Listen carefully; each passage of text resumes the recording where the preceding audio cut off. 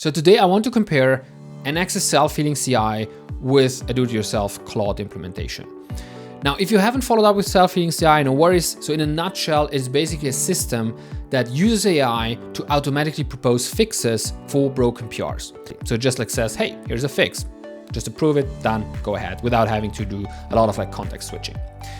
Now, if you want to follow up more on that topic, like you can check out our docs. We have some videos included there, like what problem the feature solves and like how you can enable it on your own workspace as well. Now, I ran a comparison on our own internal monorepo. So here you can see the graph representation of it. So I on purpose expanded it to see all the nodes, because the main thing I want to show is like this is not a small monorepo. It's kind of like a mid-sized one, but not as big as like some of our customer repos in general. And I picked out a PR from Louis, which is working on our Cloud team. Now I copied that PR such that like he can continue working on his PR without being disturbed, and then we can run some comparisons on this PR here. So it's the same changes. Interestingly, these are kind of like a bit across the board. So it's not a huge PR, but kind of like a mid-sized one, which touches a bunch of implementation files, some test files, and it's also covering different projects in this monorepo. So let's have a look at the self-healing and the Claude implementation. So if I scroll down, I first want to look at what Claude Code came up with in terms of fixing this broken PR. As you can see here, it failed. So a bunch of test cases failed for this specific PR here. And so if we scroll down, what I did is I added a GitHub Action workflow such that I can tag Claude here and ask it to propose a fix for this broken PR. We're going to look at the implementation a bit later, but for now I want to mostly focus on the fix outcome, the fix quality that we get. And so here specifically, Claude then suggests that this PR has two different issues. So first of all, it seems like there's a flaky task config missing in this file, and that's causing a compilation failure. And then there's an incorrect parameter being passed to this function here.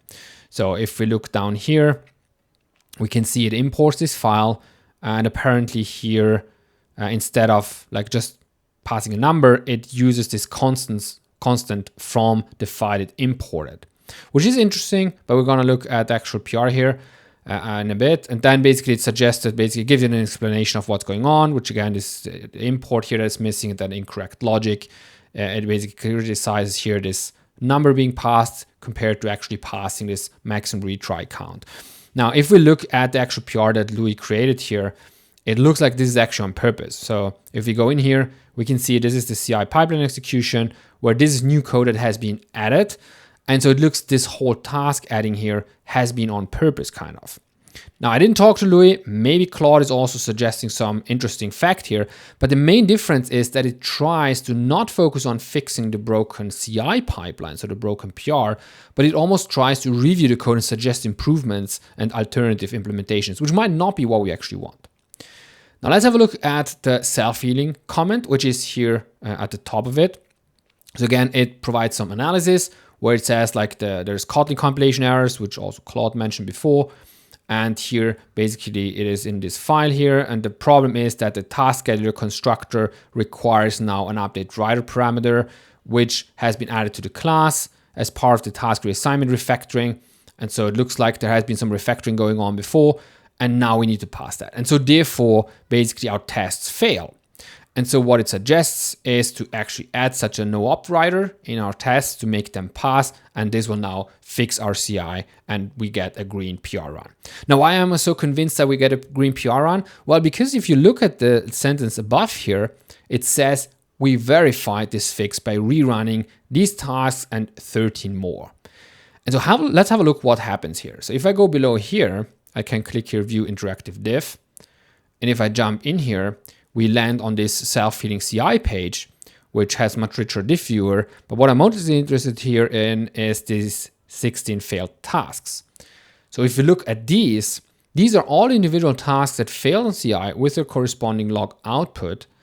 And so this is what failed. And so when self-healing runs, it takes these as its context and then proposes a change.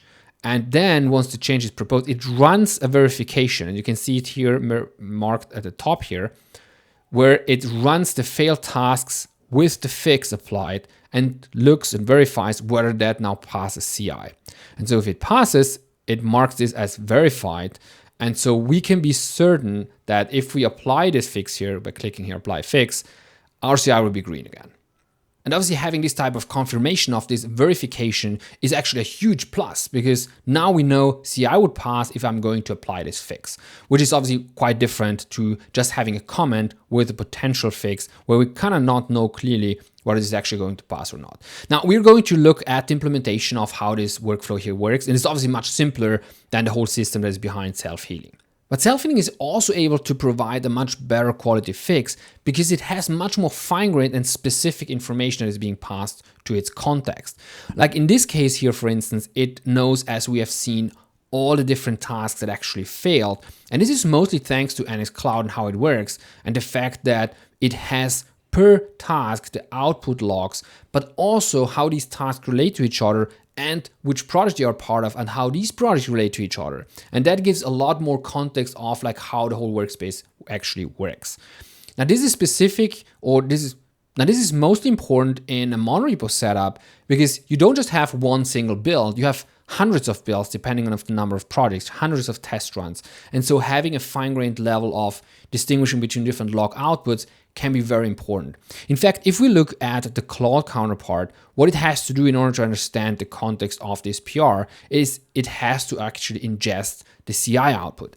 And so if I go in here, for instance, and look at the CI run here, and I scroll down here to this affected part, which is actually where all the tests and linting and all these parts are being run. But if I start scrolling here while I speak, you can see all the level of output that is actually being produced here that Claude has to read in order to understand what actually failed. And as I keep speaking, you can see I keep scrolling. So there's a ton of information here. And as we know, the bigger the context gets, the worse the output and the worse the quality is going to become, because the context window fills up and there's the problem of context rot that might happen in the middle of such a large context window. And so you can see I'm still scrolling and I'm still way down here in the output log of CI. But there's actually more to it to provide a good quality fix than just having good context at hand and a good system prompt. Sometimes it's also better to understand when to not provide a fix. And so what we do, for instance, for self-healing is actually classify each failure for now in these three categories. So one is an actual code change, so meaning what we just saw, where you break the code in your PR, and so therefore self-healing will propose an implementation that fixes it. But then there's also the environment state, where you run into some issues where the server doesn't boot up, or your end-to-end tests depend on some API which doesn't respond. And so it's not really an issue with your PR, but it's an environmental state. And finally, there's also the part of like flaky tasks, when self-healing understands, oh, this task actually failed and succeeded in the past without actually changing. And so instead of proposing a fix, it just rather triggers it to see whether it can actually solve the issue with that. And so here, for instance, we have an example of such an environment state classification. And so if you look briefly in the actual reasoning, it detected the network connection error. So we get this error connection refused on localhost 3000, which it then classifies as an environment state rather than a code change. And the reason here is that we have these 6 tests that run, which it identifies via the tasks from NX Cloud, and it sees that Playwright just wasn't able to spin up the actual server. And so this doesn't really correlate to any change that we made. We simply were unable for some reason to spin up the server such that our Playwright test could actually run.